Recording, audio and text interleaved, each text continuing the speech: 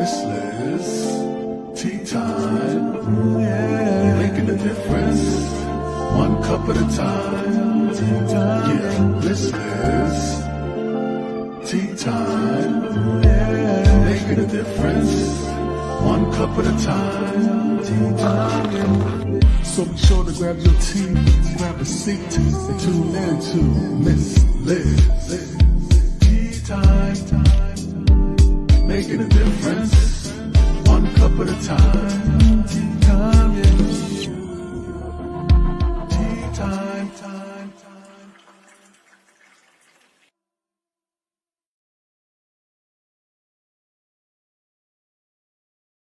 Well, welcome to Tea Time, guys. You know what time it is. It's storytelling time and words. And we don't serve a beverage in this house. We serve a different type of tea in the house of Miss Liz. So, but before we get started, we're going to get you over to Miss Liz's YouTube channel. It's called Miss Liz's Tea Times. Really easy to find. You'll find over 400 different interviews on that channel, and you can share, replay, watch at your own time. You can watch them in the morning, afternoon, evening, in your car, in your home, at a picnic, at an event. But don't tell anybody that I told you that. So tonight I have Kevin Crispin in the house, and we're reversing the tables because I was on Kevin's podcast, Sad Times. So now tonight he's on my podcast, and we're going to switch the tables, and we're going to do Miss Liz style. So tonight's tea is truth, kindness, empathy, humor, advocacy, and reading. So those 6 words, we're going to be playing with those words a lot tonight. So before we get started, we're going to get you to grab a tea, grab a juice, grab a coffee, whatever you'd like. You do not have to drink tea to sit and have tea with Miss Liz. So let's do the disclaimer and some bio, and then we're going to get Kevin in here, and we're going to spill some tea, and we're going to have some fun tonight. Disclaimer for Miss Liz's Tea Time live show. Miss Liz myself is going live using StreamYard. Before leaving a comment, please grant StreamYard permission to see your name at StreamYard.com. Please be advised that the content brought forward for any Tea Time show hosted by myself, Miss Liz, is always brought forward in good faith. However, may bring forth dialogues and opinions that are not representative of my platform. The facts and information are perceived to be accurate at the given time of airing. All Tea Time guests and audience participants are responsible for using their good judgment and taking any action that may relate to the discussion. The content brought forward may include discussions for some where they may be emotionally at risk. Significant to know that the show is engaging in discussion forums only to offer and inspire awareness and connection, and is not providing therapeutical advice. If you have any questions about the disclaimer or the panelist discussion, you may freely contact me, Miss Liz, through my email at bookingmissliz@gmail.com. Moving forward, should you choose to voluntarily participate in tonight's show in any aspect, I myself, Miss Liz, welcomes you. And should you decide that this show is not made for you at this time, I respect those wishes and will see you at a later show at a later date and time. Again, all Tea Time shows are done on Thursdays, 3 p.m. and 7 p.m. Eastern Standard Time. If you see a Tea Time on Monday, Tuesday, Wednesday, and Friday now, it's a rescheduled Tea Time, special Tea Time, or surprise Tea Time, because I just like to serve tea all the time. So now a little bit on my guests. Well, Chris Crispin is originally from Monticello. Monticello, Illinois. I'm going to get him to say it because I can't even say it. Is an actor, writer, podcaster, mental health advocate, and writer of short bios. In 2017, Kevin wrote, produced, and performed a one-man show called Invisible Now. The show was about his lifelong struggles with anxiety. His hope was to share his weird and frightening experiences, poking fun at himself whenever possible. After leaving the corporate space to pursue his performing and public speaking, he has also hosted a mental health podcast called Sad Times. Each week, Kevin welcomes a generous guest who shares stories from their lives when they were sad, upset, angry. Difficult stories are universal, but are not universal told. The goal of the podcast is to help people feel less alone, both those who listen and the tellers of the story. As an actor, he's known for his truthful, grounded performance and dedication. He believes any day that includes creativity is a worthwhile day. As a theatrical, I'm going to get him to say that word because I can't say it. It's my tongue again. Artist, he focuses on collaborations and joy. He especially loves working on pieces that challenges the way we think and employs us to learn into empathy. Let me get Kevin in here. Let me take a sip of my tea because, yes, Miss Liz is drinking tea. My throat's a little itchy tonight. So let me get Kevin in here. Welcome, Kevin. Hello, how are you doing? I'm doing okay, except for the name of the town, the Oh, place that you're yeah, born, and then they're theatrical. theatrical. I got it. See, I got it Theatrical. You just. got it. And the town where I'm from is Monticello. Oh, Monticello. oh. It's named after Monticello, which is where Thomas Jefferson lived way back in the day. Well, look at that. You know, I've been reading your bio all week, and I'm just like, I'm going to be able to do this. And then I come online, and boop, my tongue just goes all over the place. You did fine. So, Kevin, I'm going to take you way back before we even Okay. start the tea. All So, who right. who was Kevin as a little guy, and who's Kevin now? Wow, that's a good question. So as a little guy, I was really quiet. I didn't say a lot. My sister did most of the talking in our household. I was not really allowed to talk. I didn't even talk until I was well into being two. Um, I was really quiet, polite, and just listened to what my mom said and all that good stuff. And that went on until I was about eight. And then my parents got divorced, and then I became a little more vocal, is a way to put it, and became a big old smartass. And nowadays, I'm trying to get back to being a little more quiet and listening to what other people are saying, and not just being the person talking all the time, just in general in life. So I guess that's a very broad way to, get Kevin now. Kevin trying to be quiet again, I guess is the way to say it. So, start off quiet, get rebel, and then go quiet. That's right. Yep. And we'll see. I mean, I still talk a lot, so I still got a long way to go to get back to the quiet front. But it's a good thing, Kevin, because without having that voice, we wouldn't be able to do what we do, right? As podcasters. That's right. I agree with that. Of course. One of the best things, and you know this very well, having done this for 5 years, I love hearing other people's stories. And you mentioned that in the opening. And so a lot of my podcast is just like the listeners who are wherever they may be listening. I'm listening to the story too, and I'm generally enraptured by it. So yes, I do talk on the podcast, but it also gives me a real good chance to listen as well. Yeah, that's what I felt when I was on your podcast. You made me talk a lot. That's right. So, I Kevin, just I yeah. Go ahead. Kevin, you know what? Yeah, you made me talk a lot because I listened back to it and I was like, "Whoa, I really did talk, didn't I?" Well, no, it was good. I mean, you had a great story to tell, an amazing story, and I was honored to have you on. And as I say, and I probably said this to you as we were getting ready to do my show, Sad Times. Um, I generally try to get the hell out of the way and interject every once in a while, maybe ask a few questions. But my job is to help keep you telling your story, but letting you tell it and me not tell it for you. So, Kevin, I want to talk about that sad times because we talked a Okay, little bit about it in your bio, but how did that come about? Like, sure. In my bio, you mentioned I did a one man show in Chicago in 2017 called Invisible Now, and as described, it really was just a show about all the weird stuff I've been afraid of. I have obsessive compulsive disorder. And when I was a kid, I was real quiet, but I had these racing thoughts that really gave me a lot of, it was really difficult. And I thought I was the only person who had these thoughts. I felt very isolated. I couldn't go talk to anybody about it. So I just kind of kept quiet about it and suffered in silence, etc. At some point, I learned that I was not the only person who had those struggles, and that was a seminal day in my life because that was when I knew I was not alone. And mental health does a lot of things, but one of the things mental health does more than almost anything is isolate us. So I did that show, and then coming out of that show, a friend of mine asked me to do the show kind of online on a Twitch channel that he was doing. I said, I don't know, I don't really want to do the show again. And then I came up with this idea for Sad Times. And so Sad Times, what it is a show, and where each week we do have a kind and generous guest like yourself who come on and tell their story. And we're not there to solve it, we're not there to diagnose it, and we're not there to judge it. It's simply to allow the story to be told so that somebody somewhere is listening to that and they hear something that maybe they've never heard before or thought, oh my God, I thought I was the only one who went through that, or I thought I was the only one who thought that.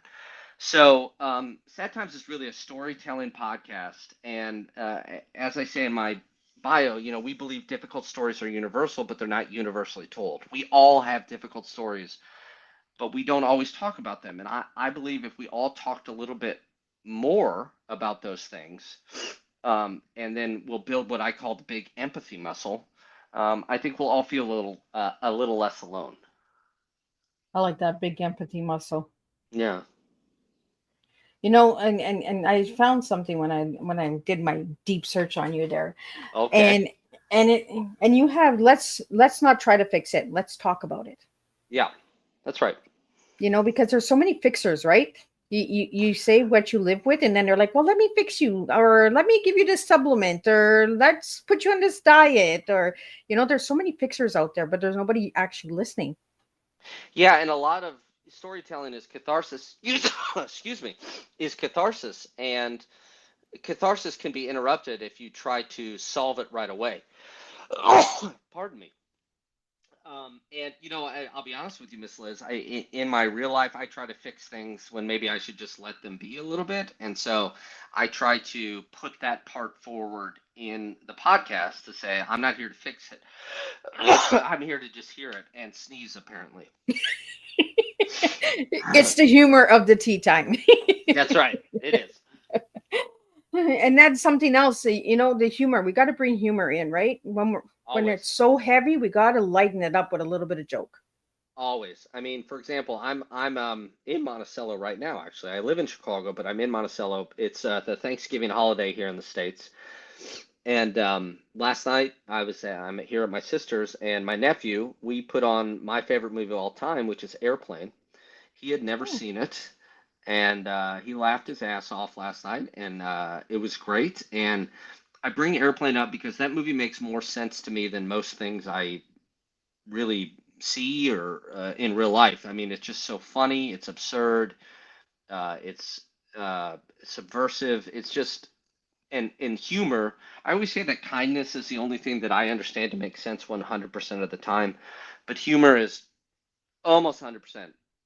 Not always, but almost there, right? So humor should be, in my estimation, a daily, hourly, minute part of our lives because it does, at least for me, it helps me take myself less seriously and it helps me understand the world around me in ways that would be bereft if I didn't have humor. right. I always tell my kids it's good to laugh at yourself once in a while. Yes, yes, or daily, it Yeah. helps. You're by yourself and you're doing something, and then you just burst out laughing there, and then you're like, what the heck am I laughing at? But I then it know, kind of changes the mood, right? always. Yeah, that's the other thing. You can laugh, and then no matter how, pissed off you were, if you're laughing, you're not pissed off at least for that one moment, right? And it'll give you just a little perspective.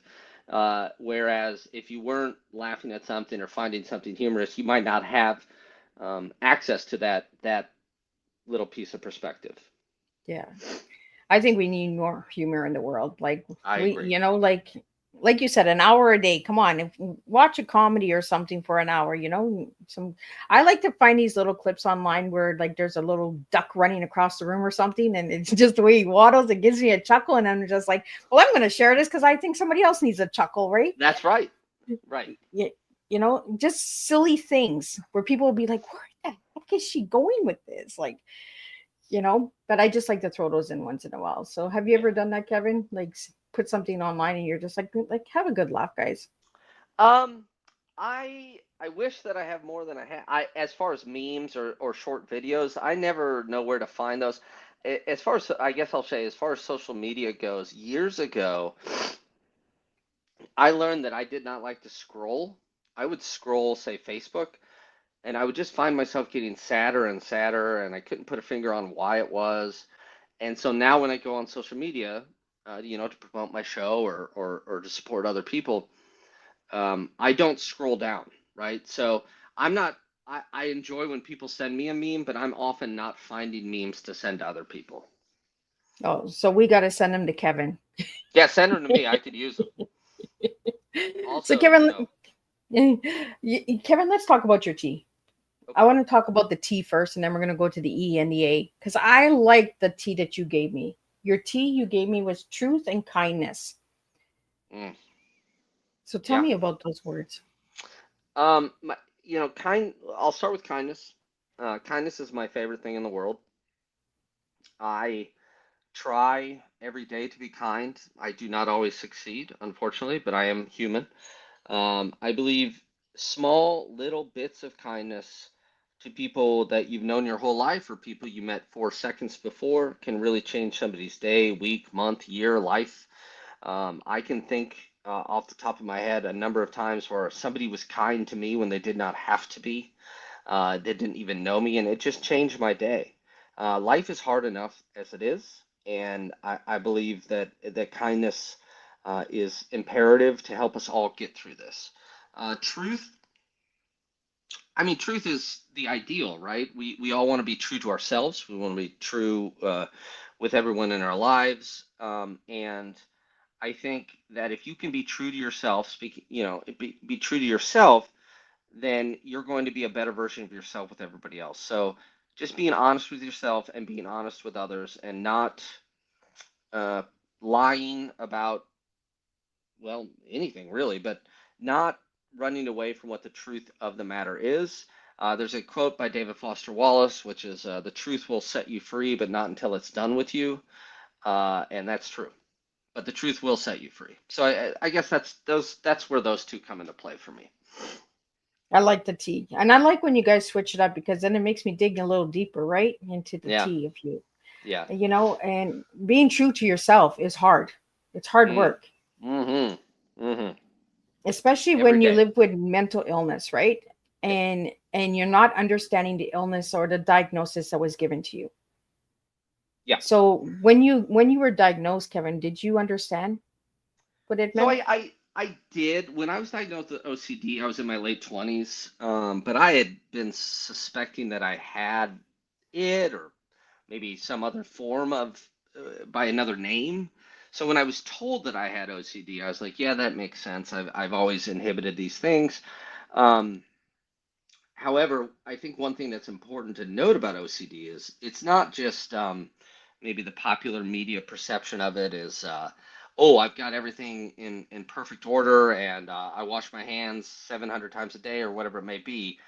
That's just, it's about, for me, I talked about earlier when I was a kid and I'd have these racing thoughts.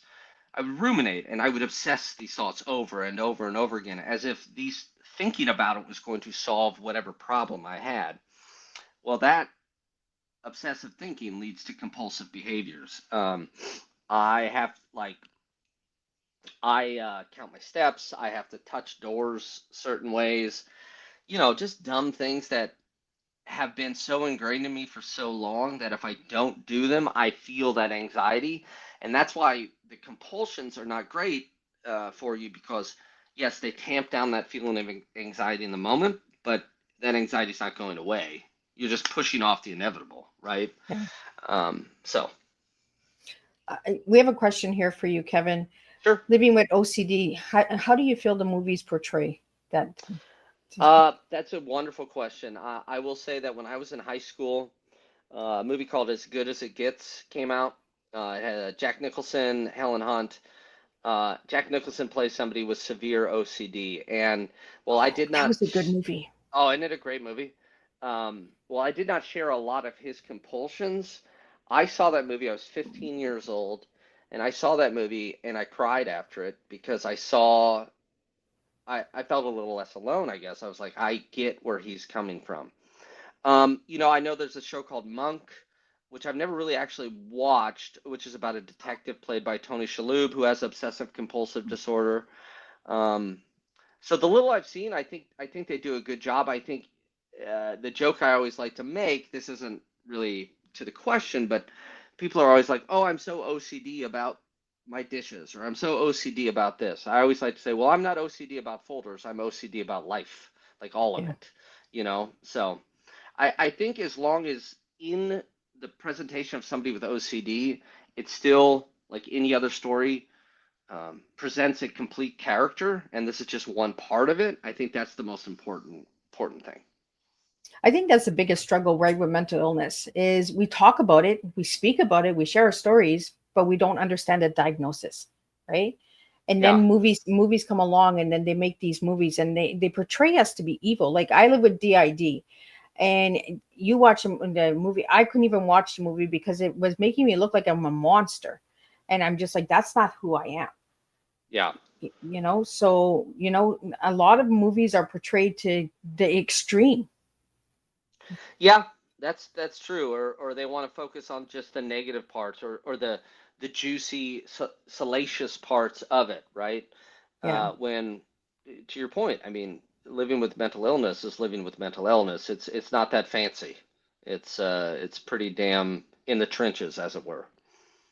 So doing the podcast on sad times, Kevin, Hmm. have you have you seen different diagnoses that you've never heard of? Um, that's a good question. I think that, well, I tell me what DID stands for again, please. And this is dissociation disorder. I have DID, I have BPD, and I have conversion disorder. So I do recall, the reason I asked you that is I recall when we did our prep call ahead of you coming on the show, you told me a few of those things, and I had not heard of those at the time. I mean, they made sense to me as you explained them to me. In general, I don't always hear somebody's diagnosis on the show, but what I do hear are incredible stories um, of anything you could imagine, things I never thought I would ever talk to somebody who's gone through A, B, C, or D, whatever it may be. So I always learn something new from this because I do believe stories are so imperative. Another thing I say is stories are the great healing currency of humankind. The more we hear, the more we heal. And I believe we're all just a collection of stories. And so hearing a different story each week from a brave and generous person always teaches me something about obviously the world around me, but also about myself. We have another question here for you, Kevin. Do you Sure. think storytelling is a new way of healing? Yes, absolutely. And I don't even know if I would call it a new way. Think about like one of my favorite thing to do probably is read. I read because it helps me understand myself. It helps me understand those around me, the world around me, as I keep saying. And I think about religion is a set of stories. Reading, of course, stories, films, television, now podcasts. We're always going to stories in order to understand ourselves and everyone else better. So I think that storytelling is more prevalent than maybe with obviously with the internet and with the ability for so many people like yourself to go out and share their stories. But I do believe stories going back all the way back to Homer, the Iliad, the Odyssey. These are just stories that are helping us. We're understanding from that. We're getting moral lessons from them, whatever. So I would say that there are new ways that storytelling is helpful, but I think it's always been there for humans. Well, I think as a podcaster, right, we hear so many different stories, right, and so many different avenues and paths, and like you said, when someone tells a story, you would have never thought that they would have, done that or Right. gone that way, right? Or I've spoken with so many people who tell me stories about things where I hear them and I hear the immense challenge, the pain, everything they went through, and then I see them come out on the other side, or they have come out on the other side a better, stronger person. And just hearing somebody's difficult story helps us understand our difficult stories more. So again, it you, you hear it all the time. You hear these stories podcasting, and it's a gift because it's helping you see perspective on yourself and everyone else. Well, it goes right back to the beginning, right, where you said, I just lost my frame of thought there for a second. It was right there. Boom, it's gone. It'll come back. Yeah. Until it comes back, let's go to your next letter, the letter E, Kevin, and let's Okay. do empathy and humor. We talked a little bit about this a few minutes ago, but let's get deeper into this empathy and humor. Yeah, empathy. If we are empathetic to our fellow humans or empathetic to any living thing, um, we are going to probably be kinder, and we're gonna, if we allow ourselves to be empathetic with people, we're gonna understand them better, and by understanding people better, you're gonna judge them less, and you're going to be more accepting, right? So I think the more empathetic we can be as people, uh, I think the happier we'll be, and the better off we all will be. Humor, as we just talked about, humor makes a lot of sense to me. Humor is just somebody says something that you're not expecting, and it surprises you, and you just laugh. And it's a nice humor's just a little jolt over and over and over again to kind of remind you, keep you on your toes, things of that nature. But it also, as we were saying, helps you not take yourself so seriously, especially for me when I go into when I'm really anxious, or I'm having some really bad anxiety. It is a huge step for me if I'm able to laugh at it, because then I can just take a step back from it, and it robs it of its power. So, Kevin, what tools do you use to bring your humor out? What tools do I use? So I would Do you say play the that. spoons? Do you giggle? Do you? Well, I don't play the spoons, I'll tell you that much. I did play the tuba once upon a time. Um, I look a lot of my humor can be kind of considered dark at times, Oh, dark humor is the because best. yeah, because you could either be in a lot of pain, or you could laugh at that pain, or pinpoint to somebody else the absurdity that this is a painful thing. So I don't know if that's answering your question or not, but uh, I the tool of humor I use the most is for the things I'm the most afraid of. Um, Oh, Death, um, loss of love, uh, things of that nature. I like to rob those of their power as well by making fun of them, for lack of a better term. well, you really went dark, didn't you? Yeah, yeah. The lights went out, Bye bye. and the tea just spills. Yes, that's right.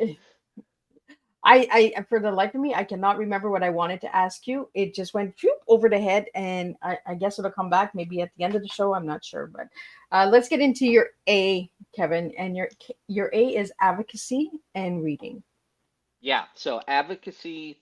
I I'm a mental health advocate for one of the main reasons being, as I described earlier, when I was little and I had these racing thoughts and I didn't feel comfortable talking to anybody about it. It was just an unspoken thing. You didn't talk about it, and I felt so alone and isolated. And so to advocate for people who are challenged by mental health challenges, like myself, is to help them feel less alone, but it's also to destigmatize it. And some people, especially if they're in a really bad place, they're not going to be able to advocate for themselves. I know I've been in that place more times than I can admit, where I just could not. And so when I'm able to advocate for others, I know that they'll advocate for me when I need it. And it's we're all helping lift each other up. Reading. Reading is, as I said, my favorite thing in the world to do. I like to say that reading is just a form of listening. As you read, you're just listening to something else. And one of the reasons fiction is so great is because you get to go inside of somebody else's head. And so you can get an idea of maybe what it's like for what other people in your life who they may do something. You're like, why would you do that? But if you read and you continue to hear these stories and read, you are going to become more empathetic to why people may behave the way that they do. It also helps me feel a lot less alone. It calms my brain down, and obviously, it reading makes us all more knowledgeable. And I just think any time spent reading is never time wasted. So now I'm going to take you down a rabbit hole, Kevin. Okay. Conversations messed up. When you hear those two words, what comes to mind? Conversations messed up. Yeah. Hmm. A couple things. The first one that I can think of is sometimes you can be in a conversation with somebody and one person may say something that the other person either takes offense to or doesn't really understand the true meaning behind what it was said, and that totally messes up the conversation. It also brings to mind that we should be talking about the messed up things in our life more, which goes back to the advocacy thing. I going back to when I said difficult stories are universal, but they're not universally told. We're all having messed up times in our lives, but we're not talking about them. And I'm not saying everybody has to, spill all of their tea all of the time, but I'm saying to normalize some of that, even if it's with somebody close to you, a close friend, family member. It doesn't have to be out on the street or on social media. Even in those instances where we can be vulnerable and say, "Hey, I messed up," or "This is a messed up thing about me," you're going to have a richer, fuller conversation. See, I take you down the rabbit hole, then the rabbit finds you and you figure it out. Yeah, I just But kept that, chasing that rabbit, man. right? And that's the thing. When we're talking about mental illness, we have these messed up conversations because people are not understanding. They're so fixer, right? Like, let me fix you, and that's where the messed up conversations come in instead of just listening and having that open conversation. Right. Um, you know, and I like rabbit holes. I like to go down the rabbit hole once in a while and Yeah. see where Alice goes with the little rabbit and all Yeah. of that. So, sometimes we have these crazy tea parties with the Mad Hatter, and you just never know what comes out on the tea. Like, sometimes we have to have these holes in our conversations in order to fill the holes. Does that You mean make sense? when you say a whole, like maybe a silence, or what do you mean by Yeah, that? Okay. like a silence, right? Like when you go into a hole, right? Well, you could be falling and screaming and yelling, or you could be, oh my God, where am I going with this? Like the darkness, like when you're in mental illness and you're in those dark moments, right? Mm-hmm. Sometimes Yeah. it gets so noisy in there, you just want the silence, right? So you just want that hole. Okay. Yes, I agree with that whole, man, it gets noisy as hell, and you're right. Sometimes to fall down a hole every once in a while, as long as you're okay, it's good if it brings silence and peace. Absolutely. So now we're going to go down another rabbit hole. Ooh. We're going to just do rabbit holes tonight, right? Okay. So being genuine is the peace within us. How do you feel about that? Being genuine is the peace within us. Hmm. Um, well, I think if we are genuine to ourselves, we're more likely to be at peace. I think there's a lot of friction for a lot of people who maybe want to be true to themselves, but for whatever reason don't feel they can, and that leads to a lot of resentment, whether for themselves or for others. So I guess that's what that makes me think of. And how do you feel about people being genuine when they talk about mental illness today? Um, well, I prefer it. I prefer genuine always. And when talking about mental illness, I don't think you're going to get very far in the conversation or the connection if you're not being genuine about whatever struggles you may or may not have. Well, it goes right back to the conversation's messed up, right? Yeah, that's what, well, there you go. See, the two See, rabbit I take you holes full came circle. into each other. They just hit each other, right? Like we come full circle, Yes. it's like when we make a mess and life is hard and mental illness gets hard and the darkness gets heavy, the thoughts get heavy, and we make a mess and we're like, who's going to clean my mess? Who's going to help me with my mess? And And or even further, am I going to allow somebody to help me with my mess? that's the number one thing, right, Kevin, is when do we ask for help, right? Yeah, and part of advocacy is saying first and foremost, I'm a human being and I need help, just like everybody else needs help. I don't see a lot of strength in refusing that you need help. I would say that's the opposite of strength. Now, when you hear the word projection, what comes to mind for you? Well, I first think of movies, but projection, I'm always fascinated by projection, right? So the mental health version of projection where like I put all of what I'm afraid of on somebody else, and then call, make them be the version of myself I'm afraid I am. I think it's really fascinating. I think it's something that happens to all of us to a degree. And this goes back to reading, this goes back to advocacy, and truth and genuineness. Is maybe you don't know it in the exact moment that you're projecting onto somebody, but as you're reflecting on something that may have happened in your life, to say, hey, you know what? I was projecting on that person, and that person didn't deserve that. And actually, that was more about me than anything. So I guess I'll say projection is common, but it's also an opportunity to understand ourselves and everyone else better. Do you think projection is a form of reflection? I think it's um, no, I would say it's the opposite of a form of reflection. It's not wanting to see something, or the only way you can see it is if you put it on somebody else, but not within yourself. And so we'll say that person, like for me right now, I'd be like, that person's balding. Like, no, Kevin, you're balding. Okay. So that type of thing, right? So if you could give me 3 words to describe your mood right now, what 3 words would you give me? Um, reflective, actually. Um, calm, hopeful. Well, that's good to know. Since you have Yeah. allergies of Miss Liz, right? Yeah. Apparently, the coughing. It's the tea. I'm telling you, it's the I tea. know. I know. Uh, the sparkling water too. Well, there you go. It's the sparkles in the water. Yeah, it helps my throat. Feels good. So, Kevin, I want to get into the acting. What got you into acting?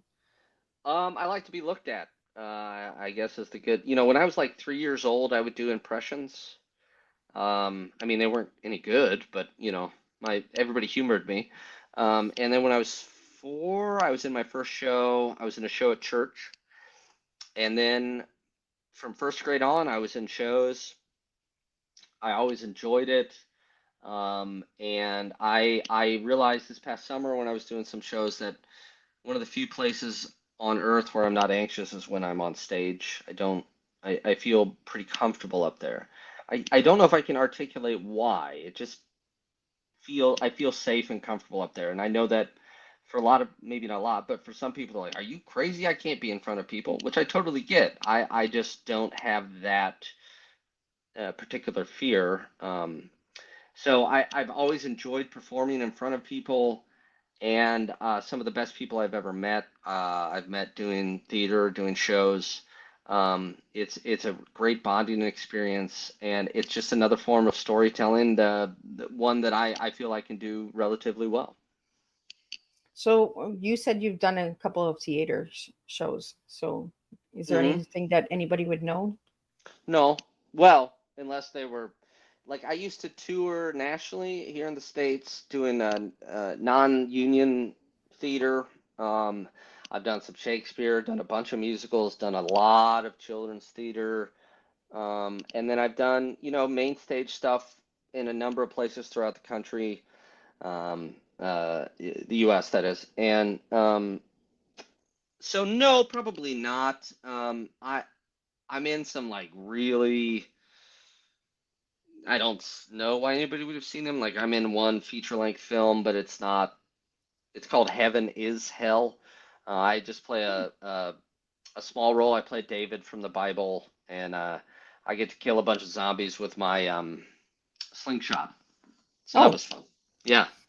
slingshots. That's back in the 70s and 80s. There were slingshots. Yeah, well, because David from the Bible, remember David and Goliath? Yeah. So, did you ever have a slingshot growing up? No, God, no. Hell no. You Oh probably took God, someone's eye out. I wouldn't have any eyes left if I had a slingshot. No, that was never my thing. I mean, Dennis the Menace, and I played outside a lot, but never really with a slingshot. I was more concerned with like baseball and stuff. So, what's your favorite sport, Kevin? Baseball. Baseball? Why is Yeah, that? for I think it's beautiful. My grandmother taught me about baseball when I was very, very young. She introduced me to the Cubs. Unfortunately, I'm a huge Cubs fan, and watching the games with Grandma on TV, going to the games with her, going to a baseball game, there's nothing like it. There's so much that goes on in baseball. If you see under the hood, I don't even know if that applies here, but that's going on in baseball that it's really fun to think about. It's a very cerebral game to me, and I just have loved it pretty much my whole life. Is it the pattern of the baseball? There's some pattern. There's the ebb and flow of it. There's that beauty of the green going out forever on the fields. There's a symmetrical feeling. There's the athletic, the individual and team athletic abilities, the speed, the way things kind of are like this, like this, like this, and then they go bam, and then a bunch of stuff happens at once. Um, and it also allows you to just think. It's not too fast, and I like that too. It unfolds in a I think a reasonable manner, and it helps you kind of, they call it a pastime. It helps you kind of reflect, even if it's between pitches, things like that. Yeah, it's one of the slower sports, right? It's not too much body contact.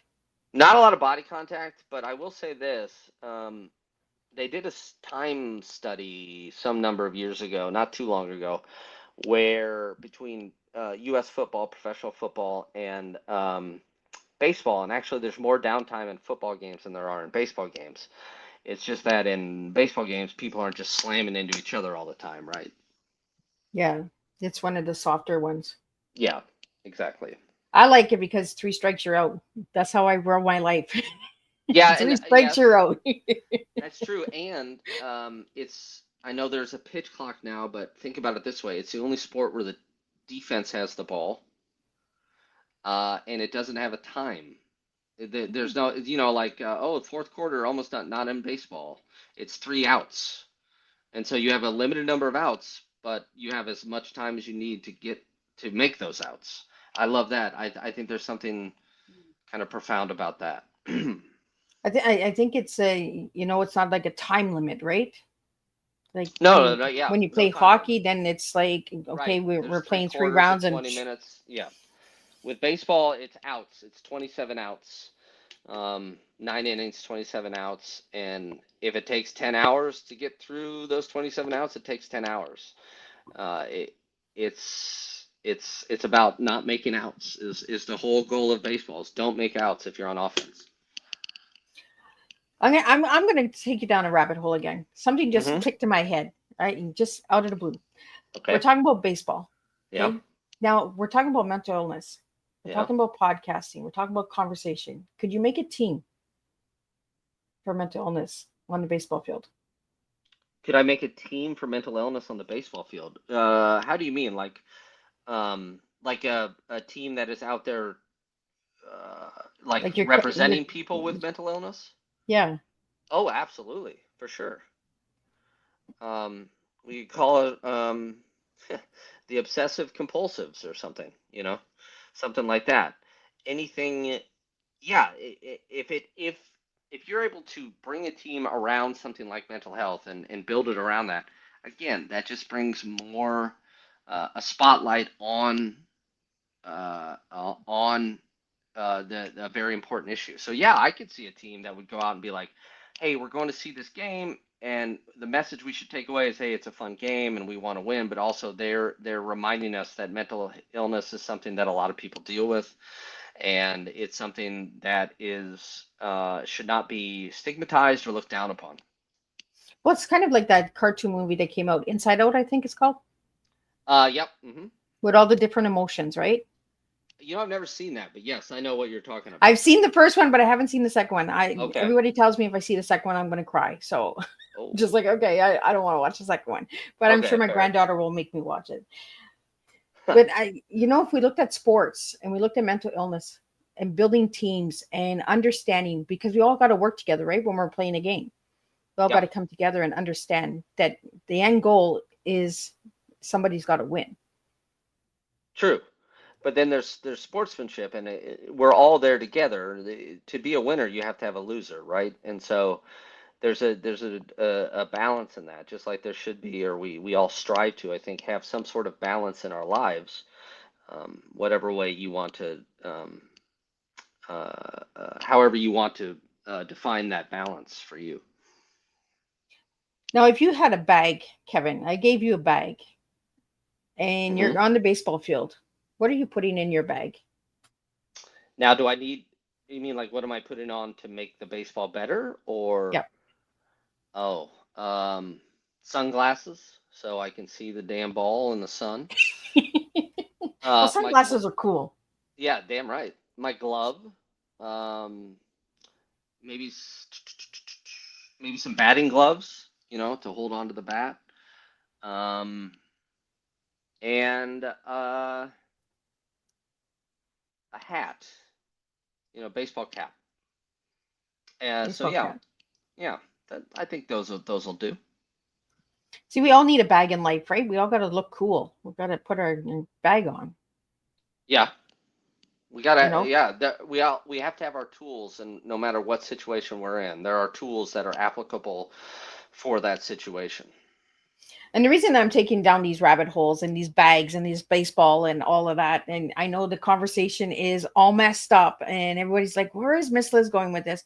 But I'm going to bring it right back to a good home run here. How do we break the stigma with a good game of baseball? I think you break the stigma by saying, hey, everybody, I think let's take for granted that everybody understands the basic rules of baseball. They don't have to understand the game, but they understand the basic rules. Three strikes you're out, three outs in an inning. Whoever has the most runs at the end of 9 innings, as long as they're not tied, wins.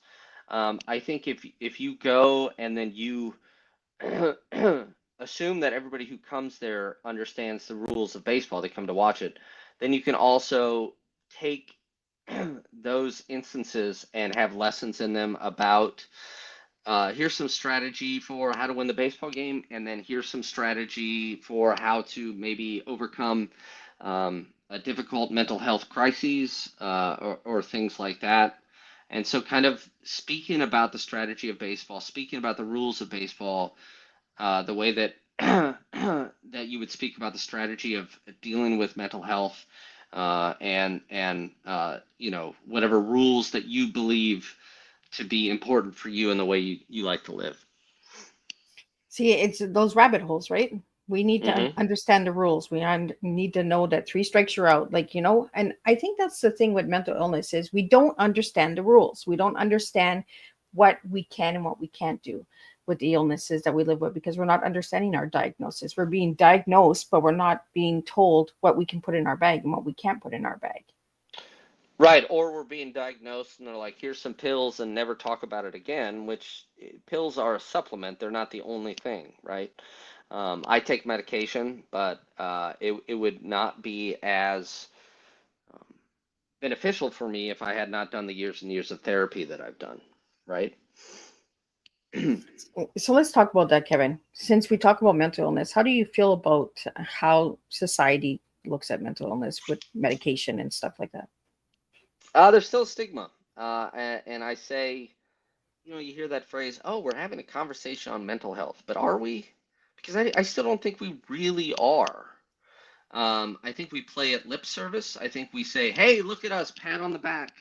We know that some people deal with mental illness, and that's enough to do for today. But that's not enough to do.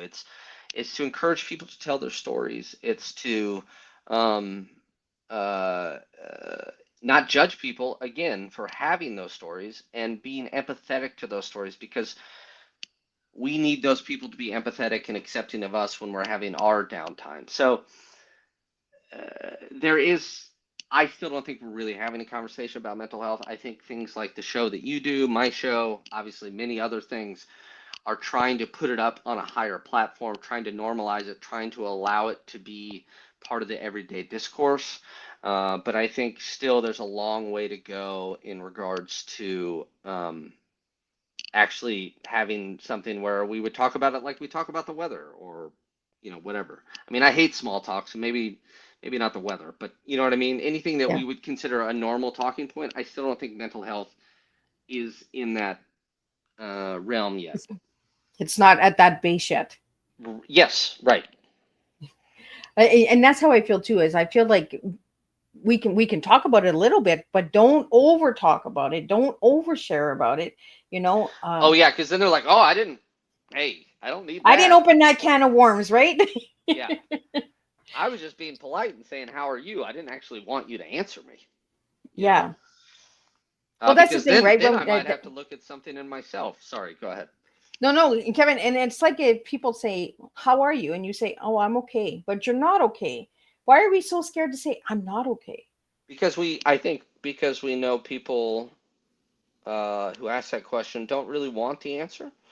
It's small talk. The same way that I know that I've asked people, "How are you?"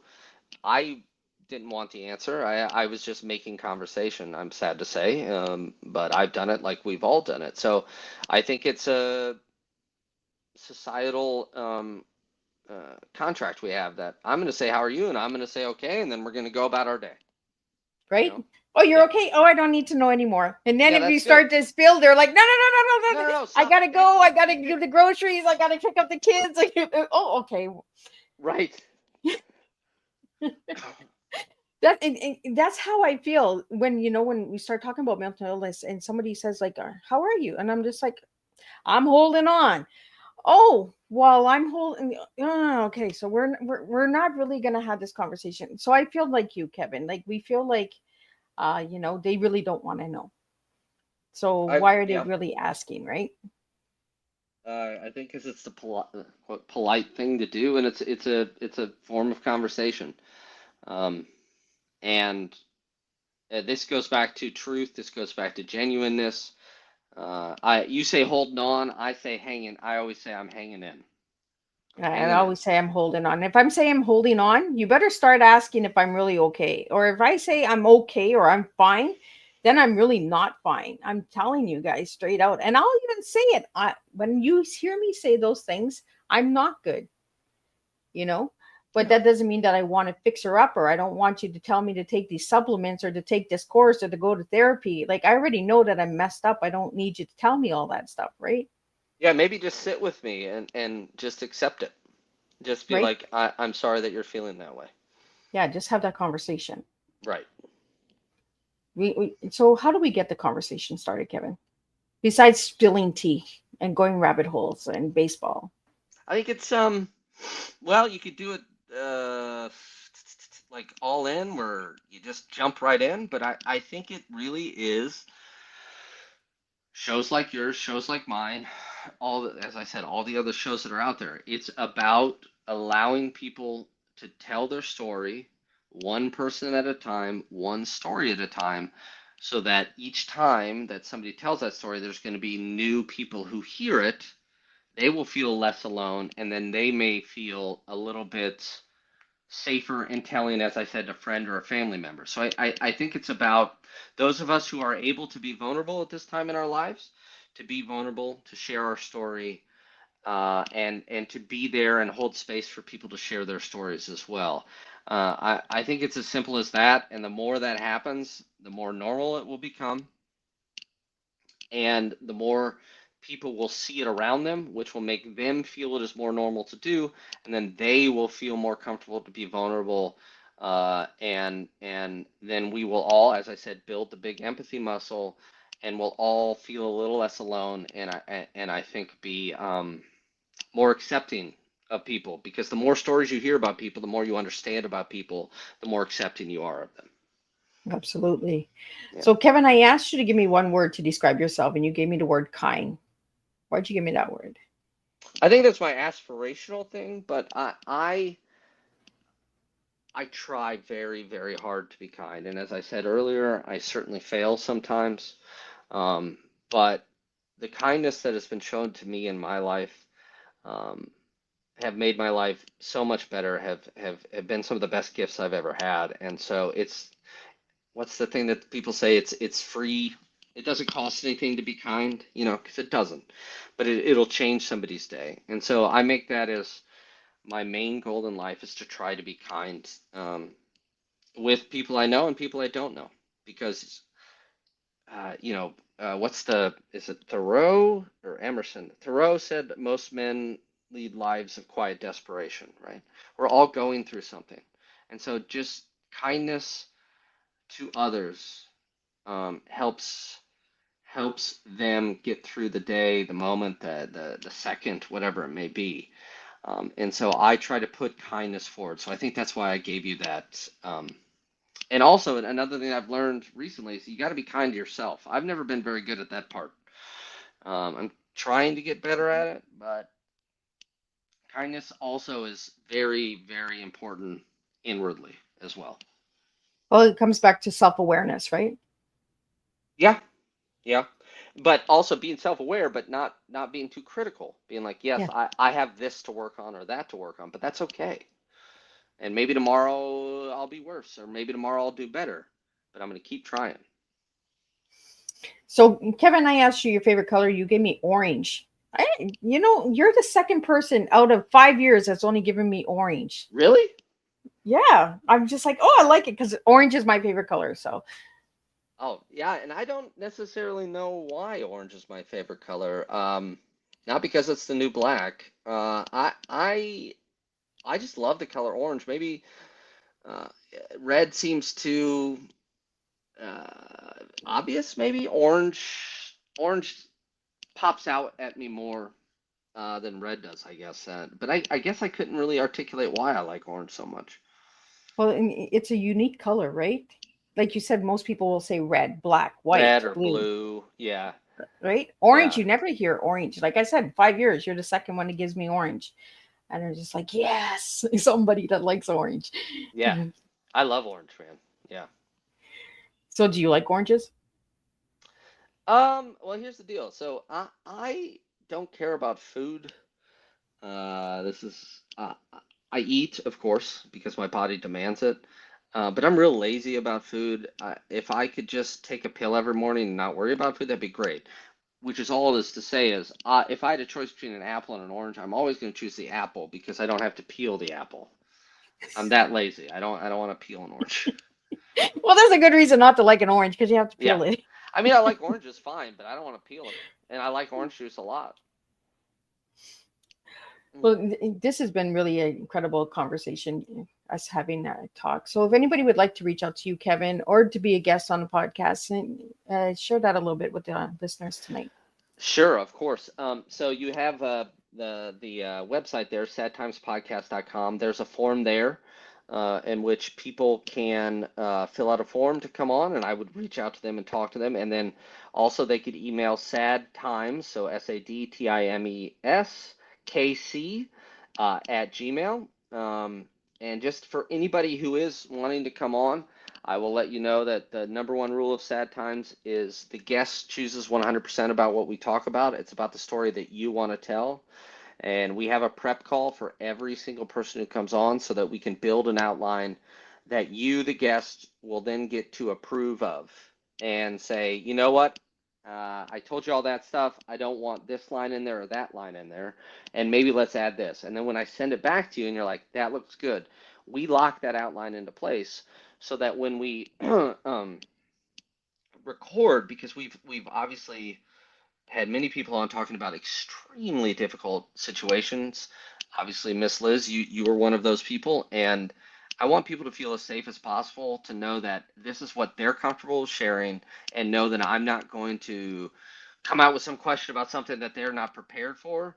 It's about me facilitating and allowing you to share your story for your catharsis, and then so that other people who may be listening, as I said, might be like, I thought I was the only one who thought that. And then everybody feels a little less alone. So sadtimespodcast.com or sadtimeskc at Gmail. And you can find Sad Times wherever podcasts magically appear on your devices. Awesome. And this is Yeah, how it rolls, right? We just connect when we sit at different tables, right? I sat at your table, you come sit at my table, that's and we right. spill tea. And when I was on your show, Kevin, I really want to thank you for giving me that space to share my story because it is heavy. And there's a lot of things that I shared on your story that a lot of people, even my listeners, do not know. So if they wanted to check out that episode, they could on your platform as well. You gave me that space of openness. where I could be open and share those heavy stuff. So Yeah, and thank you. I appreciate you saying that, and of course, thank you so much for sharing your story. I have no doubt that everyone who has listened to that story that you told, your story, came away moved and better for it. well, thank you so much, and thank you to all the listeners and questions that came in tonight and supporters. I could not do this without all of you guys. This is teamwork. Miss Liz needs your help. So if you found that this tea time resonates with you, or would resonate with somebody that needs a picker upper and a little dark humor and some laughs and giggles and some baseball, because that's what we do. Yeah, share this tea time away. Miss Liz will be back on Monday and Tuesday with 2 more guests, and then another 2 on Thursday. And we're going to be wrapping up Tea Time for the 5th season. Miss Liz is saying farewell, so stay tuned. If you guys want to check out those tea times, you can check out all of the tea times. They will be there for life. So if you want to pick her up, or go and check out Miss Liz's tea times. And you just never know where I'm going to be next. But until then, thank you guys all for tuning in. And thank you, Kevin, for sitting and having some tea with me and going Thank down the you. rabbit holes, because it was fun going down those holes. I greatly enjoyed it. Thank you so much for having me. I really appreciate it, and thank you everyone for listening. Well, thank you. And I'll see everybody on Monday, same time, same place, and we'll do tea all over again. All right.